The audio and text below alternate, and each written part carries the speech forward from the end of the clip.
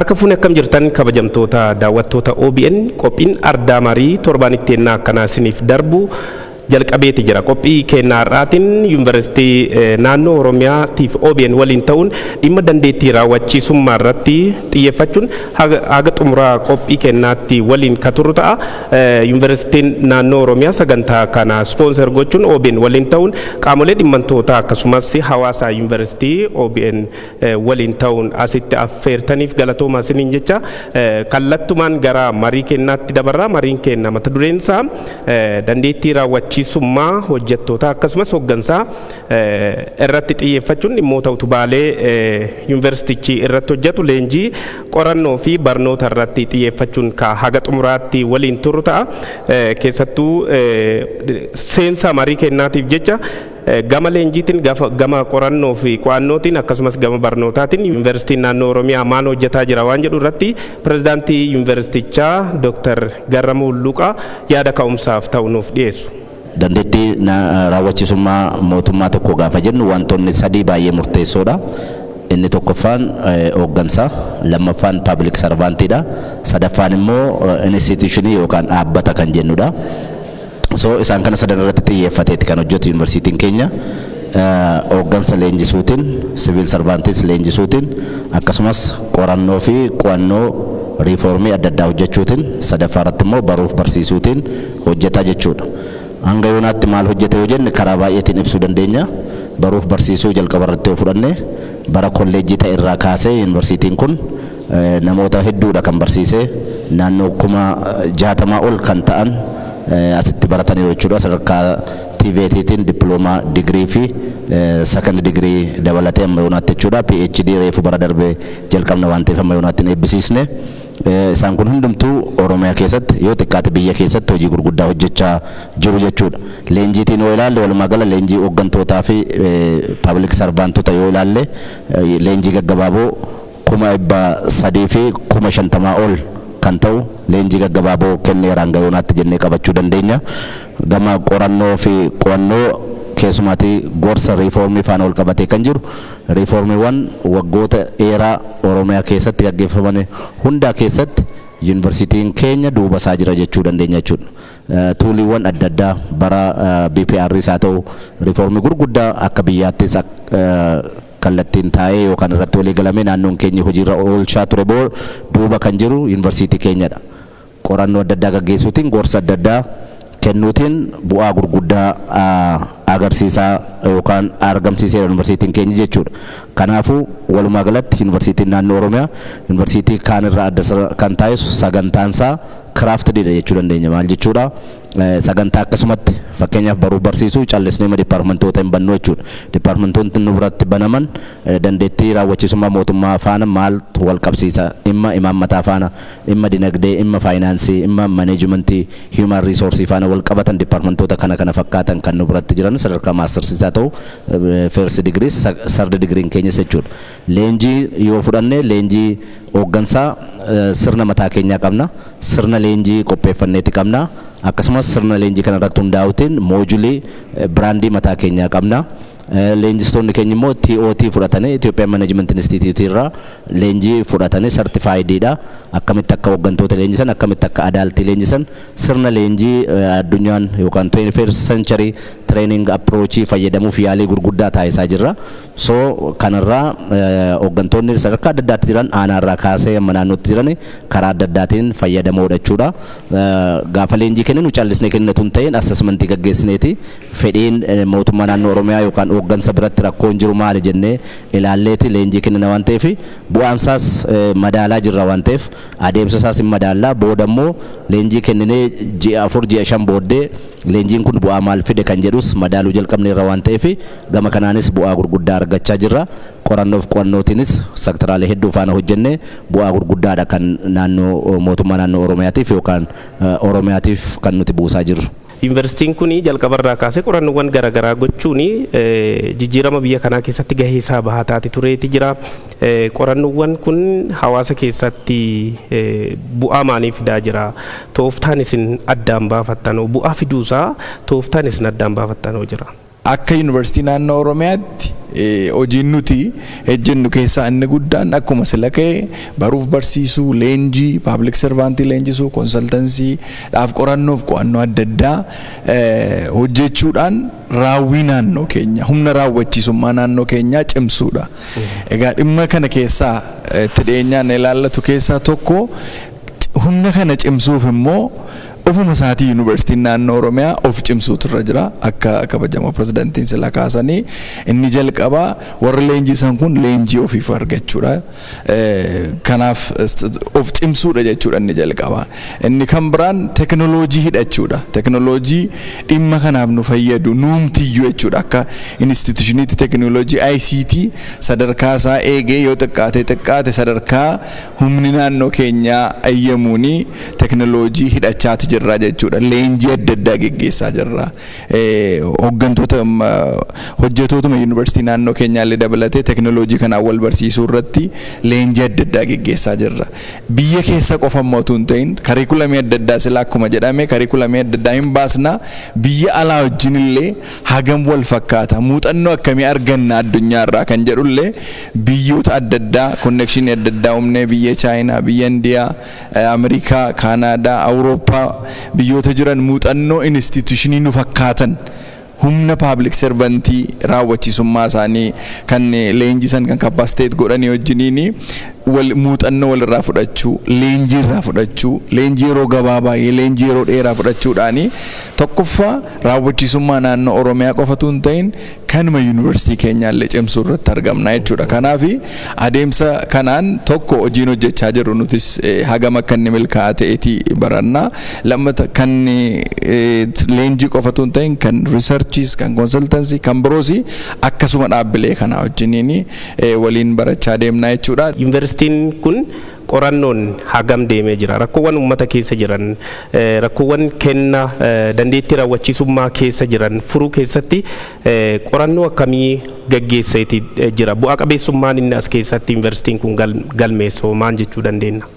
Hoggansis ta'e hojjetaan mootummaa manneen hojii mootummaa keessatti hojii mootummaa raawwachuudhaaf achi jiru kun dandeettiin raawwachiisummaa isaa kan ittiin cimuu danda'u rakkoon qorannoodhaan yoo adda bahee hanqina dandeettii beekumsaa fi hubannoo inni qabu qorannoo fi qo'annoodhaan keessaa adda bahee yoo gargaarame qofaadha jechuudha. Kana gochuun leenjiin itti fufa jechuudha. Kanaaf qorannoo fi qo'annoo ilaalchisee yuunivarsiitiin naannoo keenya hojimaata manneen hojii wajjin wal qabatee sirna hojiin ittiin gaggeeffamu wajjin wal qabatee mul'ataa fi ergama mana hojii galmaan geessisuu wajjin wal qabatee tarsiimoo mootummaa piroojektota mootummaa karoora manni hojii waggaa waggaatti qabatee hojiitti oolchuu wajjin wal qabatee maal hojjechaa jira kan jedhu kun qorannoo fi qo'annoon adda bahee deeggaramaa jechuudha.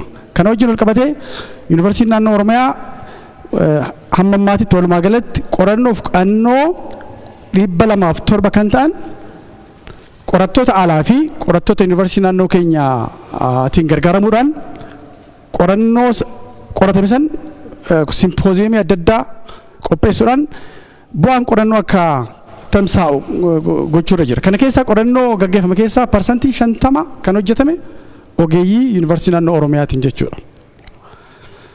Kanaaf qorannoon keenya practically qorannoo gochaati, applied research.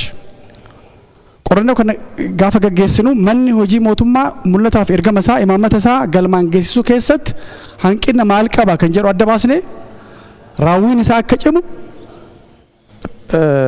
bu'aa qorannoo samaraayiz goonee itti kennaa jechuudha. Kun jechuun manneen hojii mootummaa ergama isaanii akkaan galmaan geessisuu danda'u dandeettiin raawwachiisummaa isaanii ni cimaa jechuudha. Kana qofaa miti akka damee keenyatti hojiin gorsa qorannoo irratti xiyyeeffate guddaan hojjetama. Kana wajjin wal qabatee manneen hojii mootummaa hundumtuu tajaajila kana argachaa jiru. Keessumattuu waggaa lamaatiin garanatti gorsi qorannoo fi qo'annoo irratti hundaa'e 22 kallattiidhaan humna raawwachiisummaa manneen hojii gargaaruu danda'u, manneen hojii ceesisuu danda'u hojjetameera yuunivarsiitii kana keessatti jechuudha. Qorannoon deeggartanii sin ogummaa gorsaatiin deeggartanii dandeettii raawwachiisummaa isaanii akka naannoo Oromiyaatti fooyyeffatanii fakkeenya ta'uu danda'an warra kaaniif. Fakkeenyaaf kana wajjin wal qabatee biiroon galiiwwan Oromiyaa waggaa 5 fi 6 dura galiin waggaatti naannoo keenya keessatti sassaabamu meeqa akka ta'e ni beekama jechuudha. Erga biiroo galiiwwan Oromiyaa wajjin hojjechuu jalqabni potenshaala galii magaalotaa aanaalee erga isaan wajjin hojjechuu jalqabni galiin isaan sassaabuu danda'an dachaa 3 ol dabaleera. Practically. Isa qofaa miti. Fakkeenyaaf biiroo faayinaansii fi walta'iinsa dinagdee Oromiyaa wajjin raawwii hojii wajjin wal qabatee sirna maallaqni ittiin hoogganamu wajjin wal qabatee waan hedduutu hojjetameera jechuudha. Qorannoowwan hojjetamanii taa'uu qofa doon taane akka inni hawaasa bira gadi bu'ee yookaan immoo abbaa dhimmaa san bira gadi bu'ee falaa argatu rikamendeeshiniiwwan gama qorannoo keessaniitiin kenname san fala akka inni itti argatu abbaan sun immoo deebii akka itti kennuuf yookaan immoo hojiirra akka ooluu fi mala kamiin hojiirra oolchaa jirtan. Qorannoon kun keessattuu qorannoo gorsaa yoo ta'e kallattumaan durumaayyuu itti yaadameet akkaataa hojiidhaaf oolu akkaataa itti seektara sana deeggaruun waliin mari'atamee hojjetama. Purposefully jechuudha itti yaadameeti jechuudha. Haalli hojii isaas yeroo garagaraatti hordoffii qaba madaallii qaba. Akkaataa kaayyeffame sanaaf fedhii sanaaf guutuudhaaf qulqullina sanaaf sadarkaa sanaan hojjetamuudhaaf yeroo garagaraa consultation meetingii qabna. Amma validation workshop itti deema. Amma ga'umsa qaba sirriidha na fayyada imaammataaf dhimmoota garagaraatiif jedhee seektarri hojjechiise sun fudhatutti qooda fudhannoonni biroos amma indoorsir ta'utti deema jechuudha. Kana jechuun maal inni qorannoon sun hojii warra wanni hojjannuu sanaaf akkaataa itti hojichirra oolaa deemu hordoffiidha jechuudha. Adeemsa jechuudha piroosesiidha jechuudha. Kanaaf amma fakkeenyumaaf kan warra galii yoo fudhanne duruma isaatirraa gaafa kaasnu akkaataa itti raawwachiisummaa hojii sanaa galii maddisiisnu akkaataa itti irra caalatti maddisiisuu dandeenyu imaammanni akkaataa itti baay'ee fooyya'u eeriyaan itti galiin sassaabamu taasaa akkaataa itti divaayis ta'u kanarratti hojjetama jechuudha. Kanaaf akkaataan itti hojiirra oolmaa isaa kun qorannichi gaafa hojjetamuu eegalurraa kaasee hanga xumuramee dhaqee karoora isaanii keessa galutti karoora keessa galurra immoo darbee imaammata ta'ee imaammata rivaayiz gochuu yookaan fooyyessuu yookaan haaraatti dabaluu yookaan hojmaata fooyyessuu hanga ga'utti walitti dhufeenyaan wal mari'achuudhaan hojjetamaa jechuudha. Qabiyyee qorannaa keessanii itti dabaluun galma keessan bal'istanii galma qorannoo keessanii itti dabaltanii gara fuulduraatti sektoroota kan dhaabbilee gara biraa keessattuu dandeettiin raawwachiisummaa kun akka fooyya'uuf gara dhaabbilee biraatti babal'istanii muuxannoowwan qorannoo keessanii isa duraa sanitti fufsiistanii gara fuula duraatti deemuu fi dhaabbati keessan maal yaadee jira? Inni duraa maa inni diagnosisii goona. Dhaabbata sektoroota bira deemneetu jara approach goone diagnosisii adda addaa goona diagnosisii irratti hordofnee qorannoo gaggeessina keessattuu sektoroonni waa kana beekanii gara keenyatti dhufanii qorannoo akka nu wajjin hojjetan gochuuf consultative workshop qopheessina waan hojjenne jalatti display goona bu'aa rufeen beeksisna kana irratti gochuudhaan maal goona warri kaanillee kana hubatanii gara sanatti akka deeman goona. Haala kanaan approach goone akka hojjetan goona jechuudha. Egaa haaluma kanaan akkuma sila dubbatamaa ture hojiin potenshaala galii naannoo keenya jiru qorachuun akkuma instituutii keenyaan adeemsifamaa ture. Warra kaanis sektoroota amala diinagdummaa qabu approach goone akka silaan jedhe diagnosisii gochuudhaan rakkoo achi keessa jiru baasuudhaan jarris kan hubatanii qorannoo akka gaggeessan just jaraa wajjin hojjechaa jirra jechuudha. Gama qorannoo kanaatiin hojiin isin hojjettanii dandeettiin raawwachiisummaa akka naannoo Oromiyaatti garamitti deemaa jira? Abdii qabamoo hin qabu? Yoo abdii qabaate maaltu jijjiirame? kenna tajaajilaa irratti jechaadha hawaasni keenya maamilli mana hojii mootummaatti roorootu baay'achaa jira. Komiit baay'achaa jira. Maayinni kan jedhu kana yeroo adda addaa sakatteensi yaada uummataa gaggeeffame keessatti tokko maayinni ga'umsa hanqina ga'umsa hojjettootaati jechaadha. Faaktoriin isaa waan baay'eedha. Garuu soo dhimmi ga'umsaa kuni maal ta'uu qaba kan jedhu akkuma mootummaa keenyaattis xiyyeeffannoo argatee kallattii addaatiin ga'umsi kun sakattaa'uma qaba. Hojjetaan gara seektara mootummaatti finnu ga'umsi isaa madaalamuu qaba. Madaalamee kan sirriitti perform gochuu danda'u gara seektara mootummaatti harkisuu qabna, tursisuu qabna. Exit strategy isaallee akkuma sana ta'uu qaba kan jedhu haala kanaan hojii bal'aadha kan hojjechaa jirru jechaadha. Hojii bal'aa hojjechaa jirra. Ga'umsa hojjettootaa madaalaa jirra jechaadha. Maaliin madaalaa? Ga'umsa gaafa jennu ga'umsa teeknikaa, ga'umsa amalaatu jira jechaadha. So sana lammaniyyuu madaalaa jirra jechaadha. Kan ga'umsa qabu sirriitti amma akkan sala kaase sanatti fedhii manneen hojii mootummaa, fedhii mootummaa sirriitti bira ga'uuf yaadaa jirra jechaadha. Kan qaxaramu kan ga'umsa qabudha. Gita hojii irratti qaxaramu sana irratti ga'umsa teeknikaa irraa barbaadamu jira. Ga'umsa amalaa irraa barbaadamu jira. Sana goonfatee qaxaramaa jiraachuusaa, guddachaa jiraachuusaa, ramadamaa jiraachuusaa sanayyuu ashur gochaa jirra jechaadha. Ga'umsa mirkaneessuu hojiin keenya jechaadha. Amma kanaan haga danda'amu waan hojjechuu malu hojjechaa jirra jechaadha. Waggoota arfan shanan darban keessatti jalqabbiidha humna qabnu kanaan haga hojjettoota 30,000 ol ta'anii haala siistama kana keessa dabarsaa jirra jechaadha. Manneen hojii mootummaallee baay'inni itti quufaa jiru jechaadha. Sirriitti nama perform gochuuyyuu qaxarachaa jiraachuu isaanii namni gita hojii ol ka'insa qabu sana irratti kan guddachaa jiru sirriidhumatti gitni hojii sun ga'umsa barbaadu sana kan gonfate qabaachuusaa kan argachuu isaatiin baay'ee gammadoodha jechaadha manneen hojii mootummaa jechaadha. Akka biiroo galiiwwanii naannoo Oromiyaatti qorannoowwan garaagaraa yuunivarsiitiin naannoo Oromiyaas waliin ta'uun hojjete irratti jijjiiramooti mul'atan maal fakkaata? Keessattuu galiin naannoo Oromiyaa qorannoon deeggaramee amma sadarkaa akkamiirra jira jechuu dandeenya? Yuunivarsiitii kanaa waliin bara 2012 irraa kaasuudhaan humna galii maddisiisuu fi qaawwa sassaabbii galii jedhu irratti waliin qoratamaatii dhufeera. Qorannoon kun bara calqabaa magaalota sadii faanota sadiin calqabame waggoottan shanan darbe keessatti jechuudha. Magaalota 46 fi aanalee 91 kan gahurra qorannoon kun gaheetiin jira jechuudha. Amma 12-13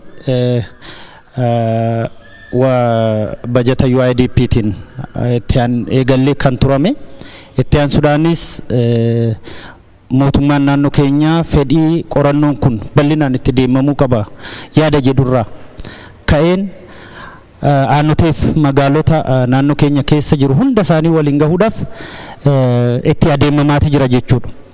Kanaaf kanarraa ka'uudhaan bara kanas aanalee 213 fi magaalota 2 walumaa gala jechuudha. Magaalota 48 fi aanalee 304 bara kana hin xumurra jennee itti deemna jennee yaadatii jirra jechuudha. Biiroon galiiwwanii ka naannoo Oromiyaa qorannoon deeggaree yuunivarsiitii naannoo Oromiyaa waliin qorannoo hojjetee galii isaa fooyyessuun dura galii meeqa argataa ture? Amma qorannoo kana bu'uura godhatee eega galii sassaabuu jalqabee galii meeqarra gaheera jechuu dandeenya? Meeqarra gaheera? 2012 kan laallu yoo ta'e naannoo bileena 23 naannoo sanirra kan ture akkuma amma beekamu gara baranaa karoorri qabameetiin jiru gara bileena 144tti kan deemamaatii jiru jechuudha.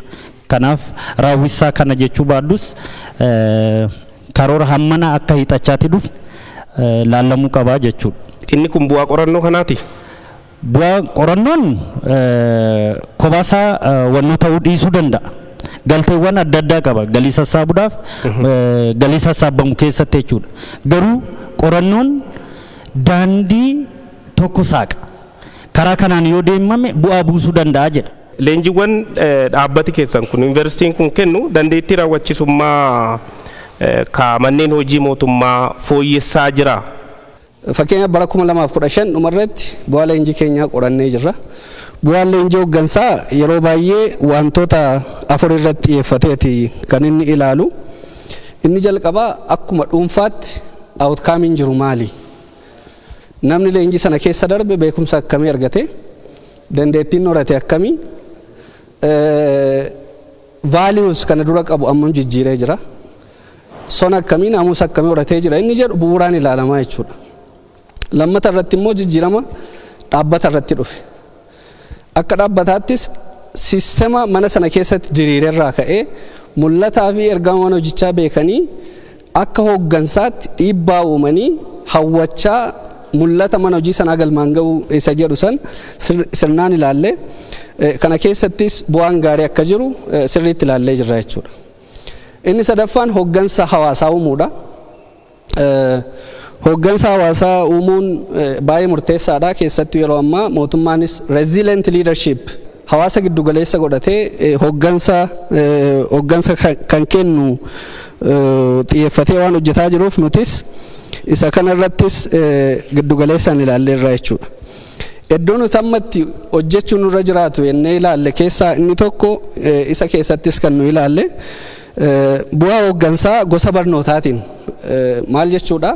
Leadership succession uumuun barbaachisaa waan ta'eef akka ni dura kaase duras namoonni dura kaasanii akkuma isaan kaasanii namni hooggansa bakka itti ramadamee sana ogummaas qabaachuu beekumsa iddoo sanaa qabaachuun barbaachisaa waan ta'eef field specialization iddoo sanaa murteessaadha jechuudha. Kanaaf namni hooggansa waajjira barnootaa biiroo barnootaa akkasitti dhufu namni fayyaarra dhufu iddoo sanatti leadership akkamii barbaachisa kan jedhu succession leadership uumuun barbaachisaadha jechuudha.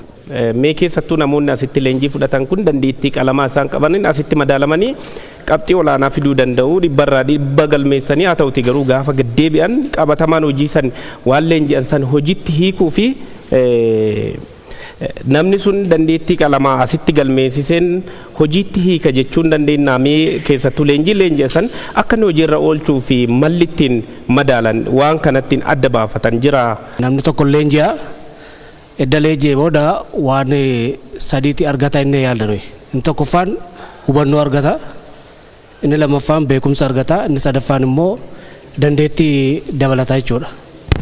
Osoo wanti kun wantoota sana kana sadan argachuun mataan isaa bu'aadha yookaan riizaaltii fidaa jechuu hin dandeenyu. Riizaaltii kan inni fiduu danda'u yoo iddoo hojjetutti dhaqee waan argate kana sirriitti hojiitti jijjiiredha.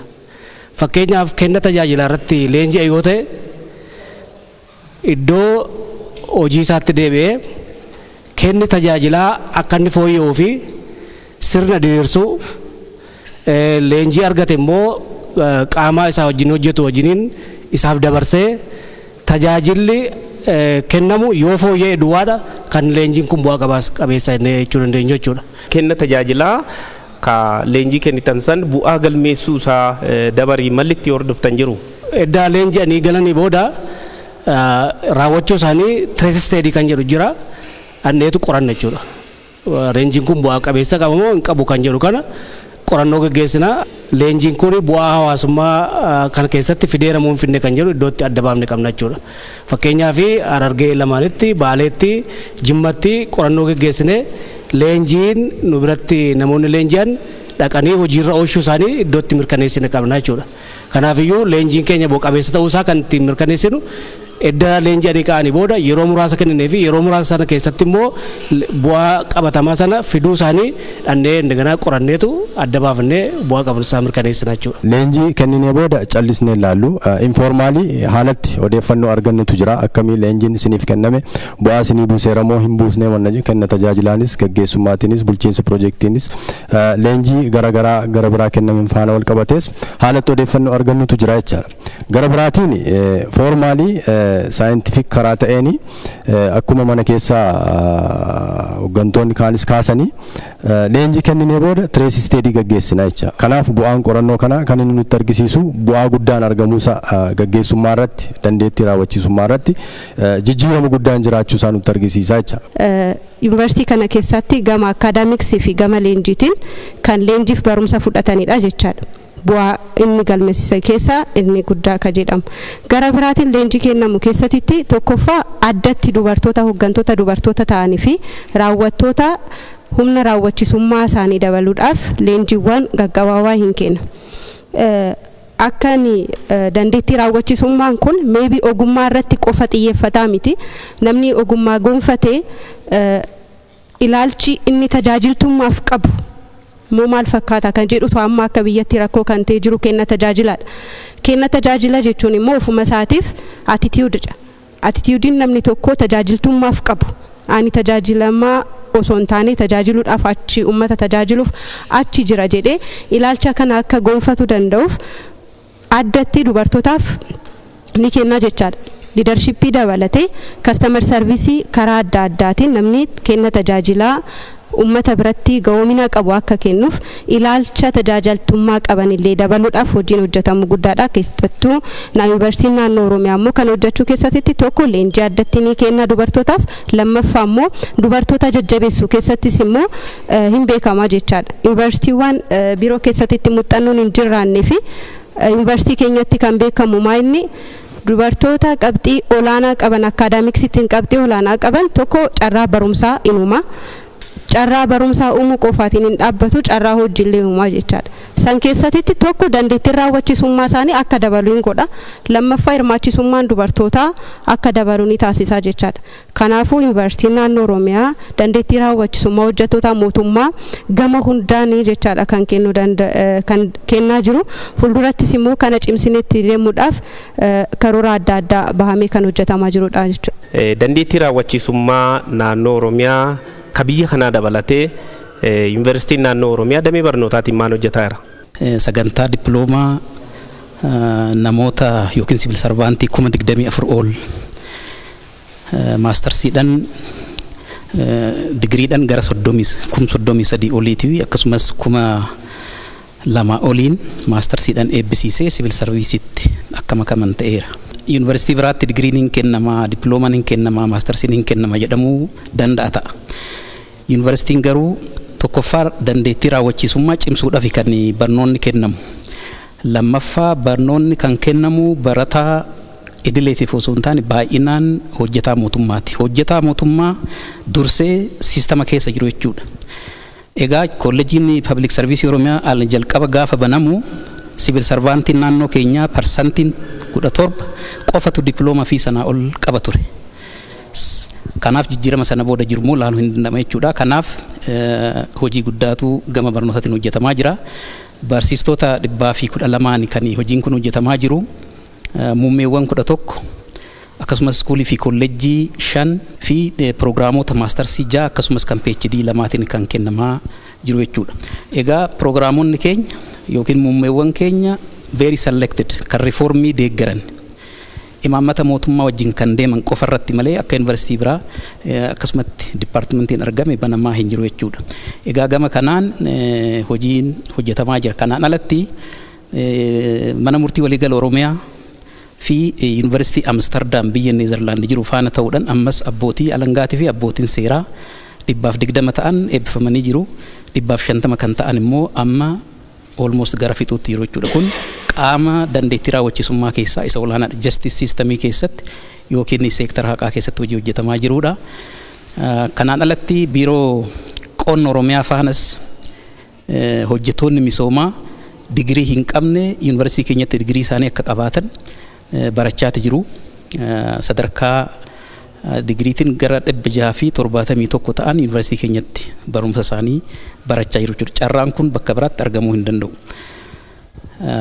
Kanaan alattis hojii adda addaatti kan hojjetamu. Egaa akka bu'aatti tarii maal ilaalla yuunivarsiitii kanatti hojjettoonni baratanii assessmentiin qorannoodhaan gaggeeffame yoo jiraachuu baates barattoonni asii baratanii eebbifamanii ba'an sadarkaa adda addaa irra jiru. Yuunivarsiitiin kun gara fuula duraatti damee barnootaatiin garamitti tarkaanfadha jedhee hojjetaara. Imaammata mootummaa yookaan ministeerri barnootaa baasu hordofuudhaan eeriyaa mootummaan barbaadu non conventional kan ta'e jechuudha. Kan yuunivarsiitiiwwan kanneen hin laanne irratti focus goonee need assessmentii gaggeessinee qorannee jechuudha. Demand based akkasumas supply based academic program bannee hojiitti jirra jechuu barbaada. Naannoo Oromiyaa keessatti egaa yuunivarsiitiin naannoo Oromiyaa barattoota muummeewwan gara garaatiin barsiisee gara hawaasaatti gadi makeetiin duubatti jijjiiramooti gama dandeettii raawwachiisummaatiin jiru maal fakkaata? Barattoonni sagantaa idileeniis haa ta'u sagantaa torbeen akkasuma sagantaa galgalaatiin digirii jalqabaa yuunivarsiitii naannoo Oromiyaatti baratan hunduu koorsii sirna gadaa akka koorsii walootti baratanii ba'u. Koorsii sirna gadaa kana keessatti nuti kan barsiisnu safuu Oromoon qabu, duudhaa Oromoon qabu, falaasama Oromoon uummata kana tajaajiluu irratti qabu barsiisna.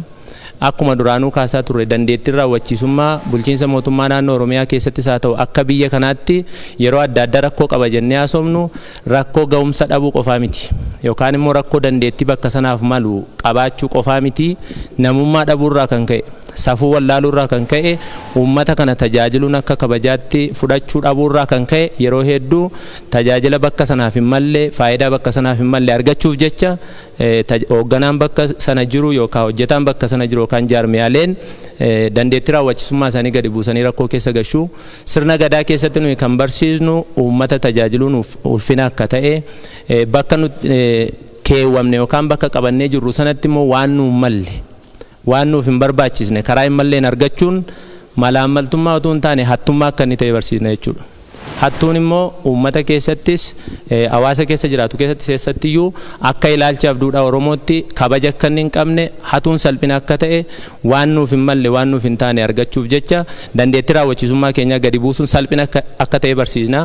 Kana keessatti barattoonni naannolee adda addaarraa akka fakkeenyaatti naannoo Gambeellaarraa naannoo Sumaaleerraa carraa barnootaa argatanii gara yuunivarsiitii keenyaa dhufan koorsii kana keessa falaasama jiru safuu jiru gaafa baratanii hedduu akka isaanitti tole Oromoon dhugumayyuu ganama duudhaa akkasii akka inni qabu kanaanillee bulaa akka inni ture uumamaa wajjin uummata kanneen biroo wajjin akka inni bulaa ture gaafa baratanii hedduu ajaa'ibsiifataa turan jechuudha. Kanaafuu dandeettii raawwachiisummaa kan hojjetaas haa ta'u kan hooggantoota akkasuma jaarmiyaalee fooyyessuu keessatti koorsiin sirna gadaa akka koorsii walootti yuunivarsiitii kana keessatti kennamaa jiru gara namummaatti gara safuutti gara duudhaatti nu deebisuu keessatti gara safuutti gara duudhaatti hojjetaan hoogganaan jaarmiyaa yoo deebe immoo dandeettii raawwachiisummaa fooyyessuu keessatti gahee guddaa qaba jennee abdannaa jechuudha. Gama damee barnootaatiin dandeettii raawwachiisummaa dubartoota hojjettoota mootummaatii fi hooggansa dubartoota raawwachiisuu keessatti gama raawwachiisuutiin hojii hojjetamaa jiru nuuf kaasa.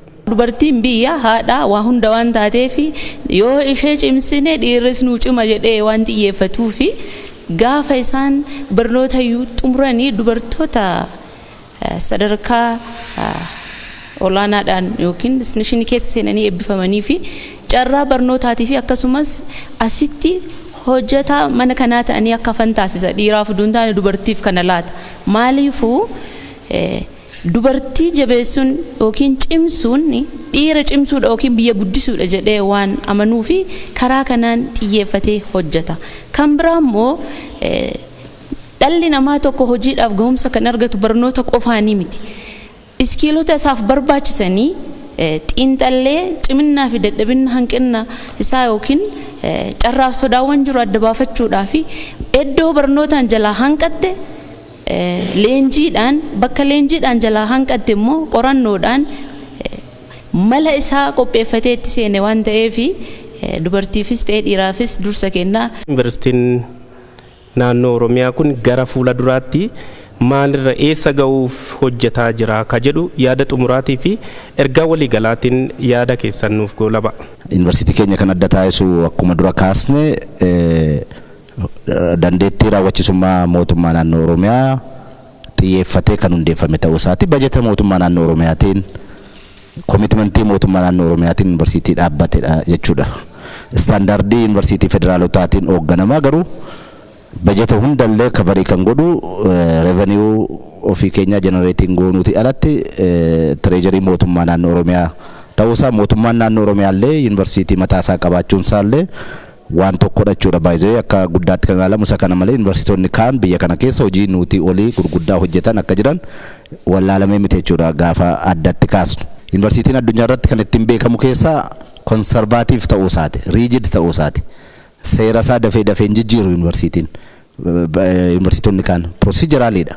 Nuti immoo istaandaardii Ministry of Education kaa'ee otoo hin cabsin, quality keenya otoo hin cabsin garuu immoo murtoo adda addaatiin we are highly flexible.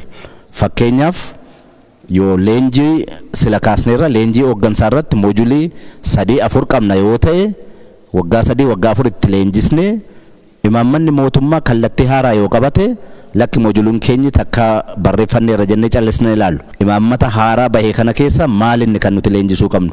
Akkamitti sirna leenjii keessaa qopheeffanna? Akkamitti moojulii qopheeffanna? Akkamitti leenjistoota keenyaaf dhimma kanarratti leenjii leenjistoota kennina jenneeti dafnee kaapchar goona. Instituutii yaada haaraa kana yaadama haaraa kana hoogganu immoo akkamitti hundeessina jennee saneetiin yookaan manaajimentiitiin ilaallee highly flexible taanee waan hojjennuu fi bu'aa amma kana arganne fuulduratti illee abdii guddaa qabnaa jechuudha. Gara biraa mul'anni keenya kiliiriidha. Mul'ata keenya amma yuunivarsiitota adda addaa yoo ilaaltan waggoota amma kanaa dhufanitti yookaan bara XY jedhamutti Afrikaa keessaa yookaan Horn Afrikaa keessaa amma kanaa ta'uu tokko amma shanitti bahuu kan jedhu. Hankeenya unique kan godhu yuunivarsiitiin keenya tokkoffaa ta'uu lammaffaa ta'uu otoo hin ta'in bara 2022tti Oromiyaa keessatti hooggansa public servantii fi jaarmiyaalee gahoome arguudha jechuudha. Mul'anni keenya nu hankeenya institutionii keenya ilaallatu otoo hin ta'in Oromiyaa ilaallata jechuudha. So maal jechuudha kun itti gaafatamummaan keenya guddaa ta'uu fi baay'ee ulfaataa ta'uu isaa kan agarsiisu jechuudha. Gandarraa kaasnee hanga naannootti qaawwa maaltu jira kan jedhu gara biraa hojiirra oolmaa imaammata naannoo irratti bahan imaammatoota hedduu labsii dambii labsii caffeetiin bahan dambii mootummaa kaabineen mootummaa naannoo Oromiyaa baasu qajeelfamni adda addaa biirooleen adda addaa baasaa oolan kun waraqaa irratti hafan immoo hojiirra oolaniiru kan jedhu qorannoo guddaa gaggeessina jenneeti kan yaadaa jirru jechuudha. Gara biraan sarviis deliveriin keenya asitti achis rakkoo gurguddaa qaba. Leenjiin adda addaa kennama nuti hin kennina sektarri ofiisaa kennata biiroon pabliik sarvisii Oromiyaa hin kenna. Leenjii kennuu keessatti bajanniin mootummaa naannoo Oromiyaa waggoota 5 waggoota 10 darban leenjii irratti utuu qoratame horii guddaadha jechuudha. Garuu jijjiiramni dhufe amma kanaati yoo jenne ilaalle rakkoo guddaatu jira jechuudha. Eessatti dubbiin kun kan jallate kan jedhu ilaaluu danda'u nurra jiraata waan ta'eef sarvis kenni tajaajila Oromiyaa keessa jiru ammallee maaliif fooyya'uu dadhabe kan jedhullee qorannoo guddaa gaggeessuun nurra jiraata jennee kan qabannee jirru jechuudha. Sektaroonni hedduun leenjii jedhanii hoteela keessatti kan isaan gaggeessanii achitti namni dhaqee durgoo fudhatee deebi'a namni hoteela keessatti waliin dhaggeeffatu galiinsaas hoteelotaaf ta'a. Jijjiiramni guddaan Oromiyaa irratti dhufaan jiru kana istaandiitiin komitmentii guddaatiin waamicha dabarsuun barbaada akka pirezidaantii yuunivarsiitiitti nuti poteenshaalii qabnu hundumaa qopheeffannee jirra. Mootummaanis karaa adda addaa kallattii kennee jira. Yoo uummata keenya wal gargaarree waliin barannee nuti waan wayii miti leenjiin keenya baay'ee interaakshiniidha. Ekspiriyaansi sheeringii uumna malee nuti beekumsa addaa qabna jennee utuu hin ta'in muuxannoo walirraa fudhachuuf haala mijeessinee jirra. Kana sirriitti faasilitii qabnutti sektoroonni keenya yoo fayyadaman yoo sirriitti waliin hojjenne uummata kana naannoo kana tarkaanfii 2-3 fuulduratti deemsisuu dandeenya waan ta'eef nuti magaalota keenyas akkasuma magaalota Oromiyaan baay'ee murtoo gurguddaa murteessee magaalota gurguddaa uumeera. Sila ammayuunaatti kan hin kaane fakkeenyaaf smart city konseptiin jedhu gara Oromiyaatti dhufeera. Yeroo jalqabaaf Adaamaa waliin taane magaalaa Adaamaaf kan qorate nuwa hojiirra oolchaa jiru warri Adaamaa barana magaalaa Bishooftuu fi magaalaa Baatuuf qorachaa jirra. Barnoota kwaalitii qabu kennuu barbaanna waan ta'eef yoo nama dhabne illee barnoota kana amma namni sirriitti aloonni booda barnoota kwaalitiitiin dhufee gaatii darbu dhufutti eegna malee sanaan ala fudhachuu hin dandeenyu waan ta'eef hojjettoonni mootummaa sektaraatti barachuu barbaadan ammumaatii qophaa'anii bara dhufutti ministry of education qormaatanni kennu darbanii nu biratti barachuu akka danda'an waamicha koo dabarsuun barbaada. Kanuma jechuun barbaada isinillee baay'ee galatooma OBN nu faana hojjechaa jira. Bara darbees baranas walumaan waan baay'ee hojjechaa turre isiniif galata guddaa qabna ulfaadhaa galatoomaa jechuun barbaada. kabajamtoota hirmaattota marii kennaa ardaa marii OBN fi yuunivarsiitiin naannoo Oromiyaa waliin ta'uun qopheesse irratti argamtanii yaada bal'aaf bilchaataa nu qooduuf keessaniif hedduu isin galateeffannaa galatooma.